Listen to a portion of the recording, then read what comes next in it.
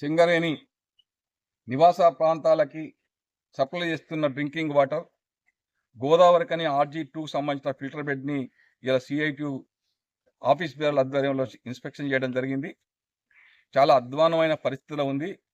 గోదావరిక నుంచి డైరెక్ట్ రా వాటర్ RG2లో ఉన్న ఫిల్టర్ బెడ్కి సప్లై అవుతుంది. డైరెక్ట్ ఆ ఫిల్టర్ బెడ్ నుంచి ఎటువంటి ఫిల్టర్ గోదావరికని 18 కాలనీ చేయకుండానే 18 కాలనీ నివాస ప్రాంతాల కార్మికులందరికీ కూడా ఈ సప్లై చేస్తున్నారు. కార్మికులు మొత్తుకుంటున్నారు, అందులో చెత్త చెదారం ఇసుక వస్తుందని. దానివల్లనే CITU కాంప్లైంట్ రావడం వల్ల మేము చెక్ చేసినాం. వాస్తవంగా డైరెక్ట్ వాటర్ రావటం వల్లనే కార్మికులందరికీ కూడా అంత కలుషితమైన వాటర్ సప్లై అవుతుంది. దీనివల్లనే అందరూ 18 కాలనీ కార్మికులందరూ కూడా అనారోగ్యానికి కుటుంబాలు గురవుతున్నాయి. హాస్పిటల్ పాలై లక్షలు ఖర్చు పెట్టుకుంటున్నారు. మొన్ననే చైర్మన్ గారి నేను వీడియో చూశాను.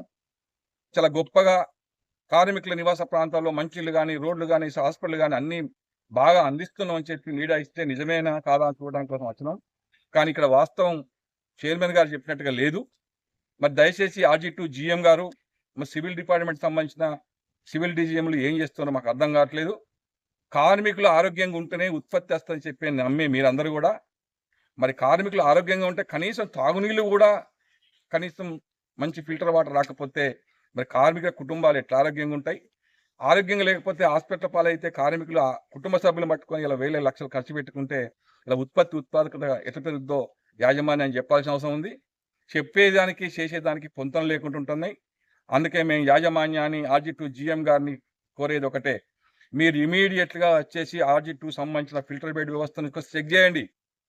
అసలు ఈ ఫిల్టర్ ఎందుకు కట్టుకున్నాం, ఈ ఫిల్టర్ ట్యాంకులను ఎందుకు కట్టుకున్నాం? ఒక్క దాంట్లో నుంచి అయినా నీళ్ళు ఇలా వస్తున్నాయా? ఒక్క ఫిల్టర్ బెడ్ అయినా పనిచేస్తుందా? డైరెక్ట్ రా వాటర్ తాగటం వల్ల ఎన్ని కలుషితమైన వాటర్ వస్తున్నాయో మీరు రోజు టీవీలో చూస్తున్నారు. అందుకనే దయచేసి మేము మళ్ళీ ఒక 2-3 రోజుల తర్వాత ఇన్స్పెక్షన్ చేయడానికి వస్తాం. వచ్చిన నాటి వరకు అలా నివాస ప్రాంతంలో 18 కార్మికులు అందరికీ కూడా మంచి ఫిల్టరింగ్ వ్యవస్థను ఏర్పాటు చేయాలని చెప్పి కోరుతా ఉన్నాం. ఒకవేళ చేయలేకపోతే మీరు చేతులు ఎత్తితే అదన్నా చెప్పండి. కార్మికులు మేమే నీళ్ళు తీసుకొచ్చుకొని లాస్ట్కి మేమే ఫిల్టరింగ్ చేసుకుంటాం. ఇలా కార్మిక నివాస ప్రాంతాల్లో ఏమన్నా ఫిల్టర్ పెట్టుకోవడానికి మీద ఓడెడ్ ట్యాంకులు ఉన్నాయా? అవి వచ్చే నీళ్ళు భూమిలోకి వస్తాయి. కనీసం ఓడెడ్ ట్యాంక్ పెట్టుకుని ఫిల్టర్ చేసుకుందామంటే కూడా ఆ వ్యవస్థకు కూడా మీరు ఆ ఛాన్స్ ఇవ్వట్లేదు. అందరు లేదంటే కోటలన్నీ మీద ఓడెడ్ ట్యాంక్ పెడితే ఆ ఓడెడ్ ట్యాంక్ నుంచి మేము ఇంట్లో ఇలా ఫిల్టరింగ్ వ్యవస్థకు సంబంధించిన ప్లాంట్ పెట్టుకుంటాం. ఆ వ్యవస్థ కూడా సంబంధం లేదు. మరి ఇంత కార్మికులు ఏ రకంగా నీళ్ళు కొనుక్కొని ఇంకా కూడా సింగరేణిలో ఏదో 50 సంవత్సరాల కింద పనిచేస్తున్నట్టు ఎందుకు కార్మికులు ఈ నివాస ప్రాంతాల్లో ఉండాలని చెప్పి మేము కోరుతా ఉన్నాం. అందుకనే చైర్మన్ మేనేజ్ డైరెక్టర్ కానీ RG2 GM కానీ కోరేది ఒకటే, కనీసం నీళ్ళన్నా మంచి చేయండి. ఈ నీళ్లు మంచి లేకపోతే హాస్పిటల్ పోతే హాస్పిటల్ కూడా అంత సౌకర్యంగా లేవు, ఆ డాక్టర్ సరిగ్గా లేరు, అంత వ్యవస్థ మంచిగా లేదు. అందుకనే నీళ్ళతోటే సగం రోగాలు వస్తున్నాయి. ఆ రోగాల నివారణ కోసం మీరు చొరవ తీసుకోవాలని చెప్పి యాజమాన్యాన్ని డిమాండ్ చేస్తాము.